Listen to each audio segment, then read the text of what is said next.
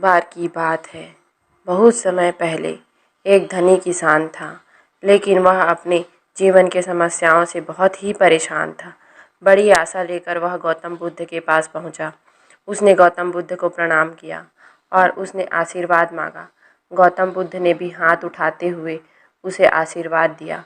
फिर वह किसान कहने लगा, हे पूजनीय ऋषि, मैं एक बहुत बड़ी समस्या में हूँ और केवल आप ही मेरी मदद कर सकते हैं।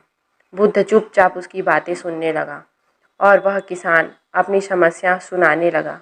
उनसे कहने लगा कि मैं एक बेकार बेटा है जो उसे परेशान करता रहता है, उसकी बात नहीं मानता, उसे पर्याप्त सम्मान नहीं देता और उसका पारा उसकी पत्नी के ऊपर भी चढ़ा हुआ है, क्योंकि वह हमेशा अपने बेटे के समर्थन में खड़ी रहती है।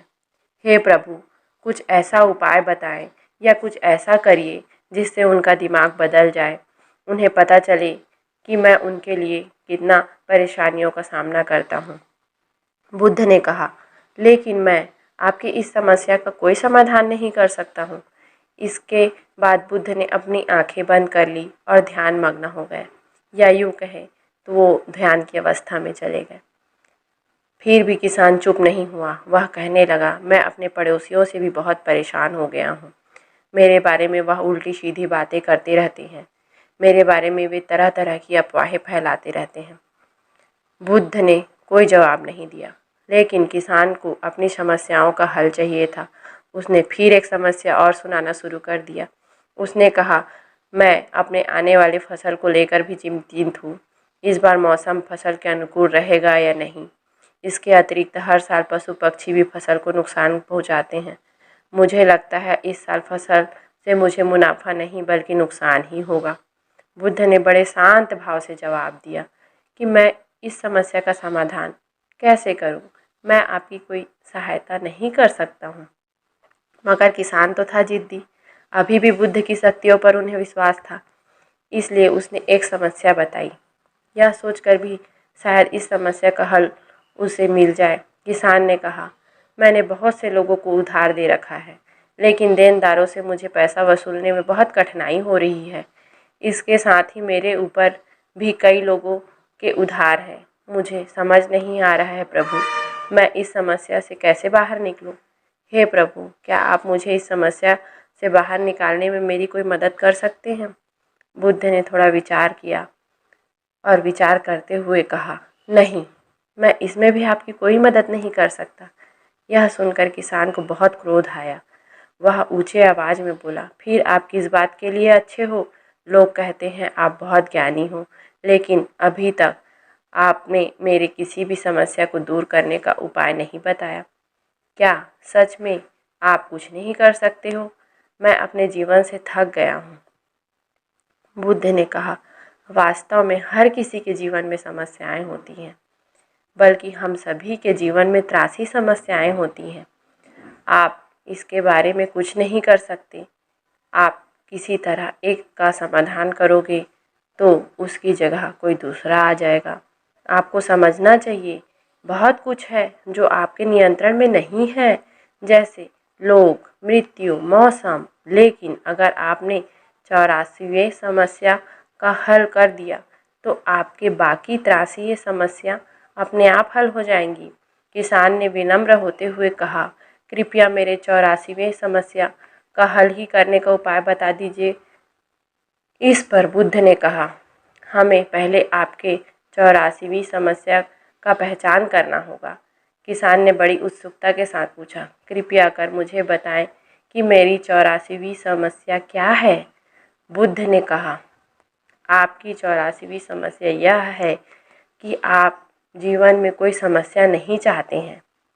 आप चाहते हैं कि आपके जीवन में 83 समस्याएं ना आए और ना ही हो कभी, लेकिन यह संभव नहीं है। समस्याएं हमेशा आपके जीवन का हिस्सा बने रहेंगी। अगर आप 83वें समस्या के साथ जीवन जीना स्वीकार कर लेते हैं, तब तो कोई समस्या नहीं होगी। यही खुशहाल जीवन जीने का एकमात्र तरीका है। गौतम बुद्ध की बातों को सुनकर किसान समझ गया कि जीवन कभी वैसा नहीं होगा जैसा हम चाहते हैं। बस उसे अब कठिनाइयों से दुखी नहीं बल्कि जीवन को संतुष्टि और खुशहाली के साथ जीने का प्रयास करते रहना चाहिए। तो दोस्तों, इस कहानी से हमें क्या सीख मिली, इसे समझने के लिए चलिए हम एक कहानी और बताते हैं आपको। अच्छे वाले ओम स्वामी की बहुत अच्छी कहानी है, ध्यान से सुनिएगा। एक छोटे से शहर में छोटा सा लड़का रहता था, जिसे हर कोई एक साधारण लड़का समझता था। लोग उसे 50 पैसे और 1 रुपये का सिक्का देकर परीक्षा लेते थे। दूसरों के मनोरंजन के लिए वह हमेशा 50 पैसे के सिक्के को उठाता था। लोग उसका मजाक उड़ाते थे, उसकी अज्ञानता पर हंसते थे। एक दिन एक आदमी ने लड़के से कहा, वह जो खेलते हैं वह कोई खेल नहीं है, हर कोई तुमको बेवकूफ़ बनाता है, वह तुम्हारे ऊपर हंसते हैं। क्या तुम नहीं जानते हो 1 रुपया और 50 पैसे से 2 गुना होता है?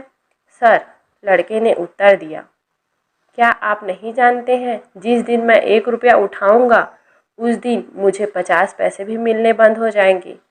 इसी तरह आप जिस दिन जीवन के साथ होशियार होने लगते हैं उस दिन आप अपने आप में ही जाल में फंसने लगते हैं। कभी कभी बहुत ज़्यादा चाहने के चक्कर में आपके पास जो कुछ भी है उसे भी खो देते हैं। जीवन कोई समस्या या समस्याओं का गुलदस्ता नहीं है, एक दोस्त की तरह है, इसे दोस्त की तरह ही देखें। कई बार आपका मन बिरयानी खाने का होता होगा, लेकिन आपका दोस्त पनीर नान खाना चाहता है। कई बार चीज़ें आपके अनुसार नहीं होती, बल्कि आपके अनुसार होना चाहती हैं, फिर भी अपने दोस्तों को मुसीबत में नहीं समझते हैं। यही दोस्ती है, यही ज़िंदगी है, इसे ही दोस्ती करो। तो दोस्तों, कैसी लगी आपको ये गौतम बुद्ध की कहानी? आशा करती हूँ आपको ये कहानी बहुत पसंद आई होगी। तो कृपया कर मेरे चैनल को लाइक करें, सब्सक्राइब करें और ज़्यादा से ज़्यादा मात्रा में शेयर करें। फिर मिलते हैं दोस्तों एक नई कहानी के साथ। धन्यवाद।